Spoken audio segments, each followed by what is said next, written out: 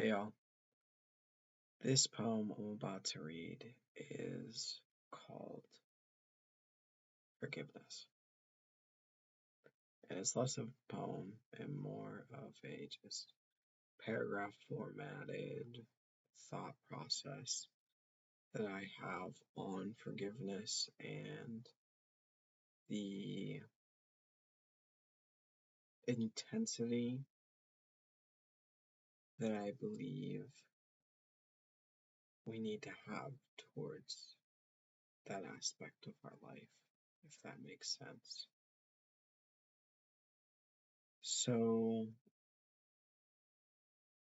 yeah, I'm going to just read it and I'll tell you my thoughts about it afterwards. This one's called Forgiveness. How can there be a God with evil like this? I hear this often, and until now, I don't think I've had an answer. See, now that I believe I do, my attention is more on you. I see it like this. When we choose revenge, we choose the cycle we have lived in for so long now. The decay that cycle has brought is more prevalent than ever in our time. Everyone has a bone to pick, everyone an eye to take. And as I speak, I do not wish to point blame at any in particular. I believe it is all of us that must take the blame.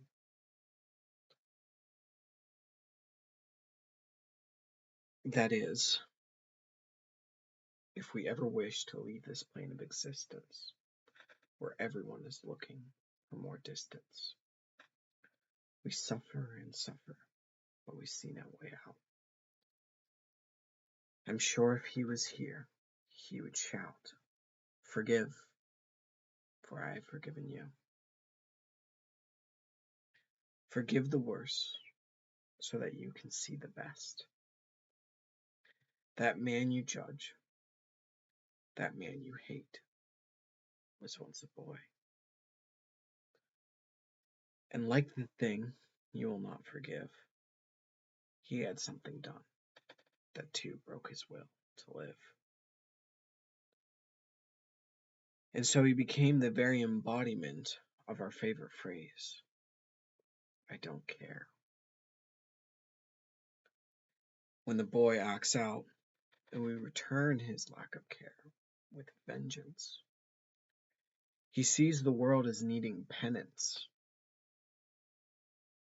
Not him, but the ones around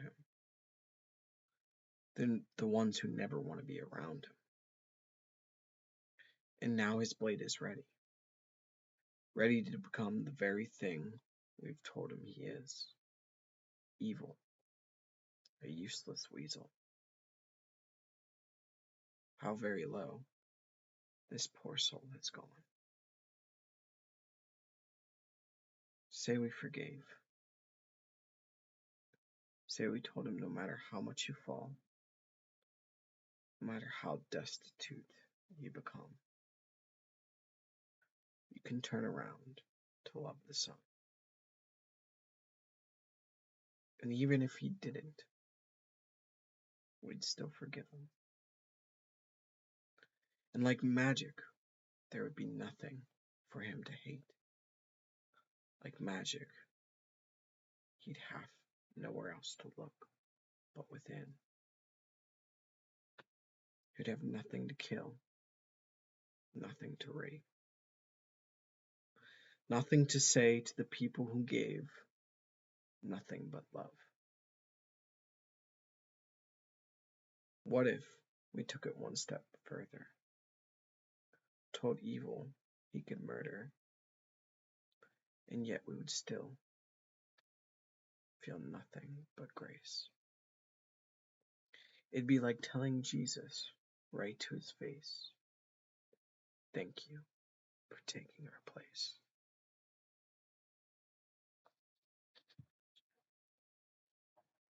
Oof. Okay.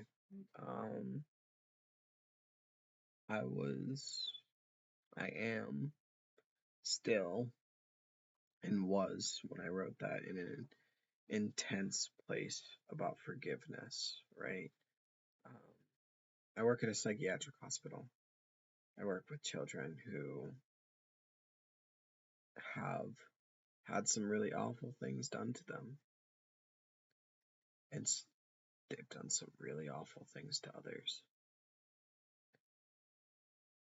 I myself have sinned, maybe not to the same degree, but these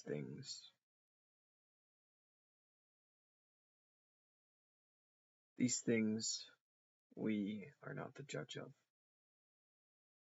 as dark as they may be, as much as they may want to bring out the hatred in us, as much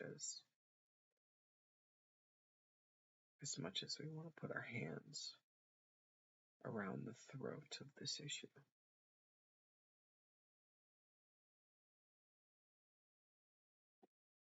We have the rule book. We have the way past it. And it's so hard to do. It's so hard to do. I just hope, I pray that one day we find it within ourselves to have the same intensity of forgiveness as Jesus had for us, as he bled out on the cross, as his blood dried because there was no more to bleed. He told his Father to forgive us.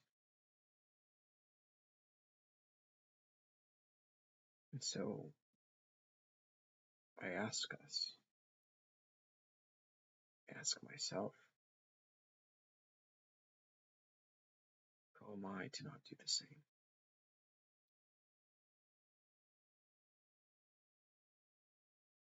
No matter what wrongs are done to me, or to the ones I love, who am I but a grain of sand? There we go. I know that one was intense. You can let me know what you think in the comment section. If you don't like it, I get it. If you have a differing opinion, let's talk about it. I know there's some people out there who've been through some really dark trauma. So, yeah. Praying for you guys. Praying for the world. Love y'all. God bless. Peace.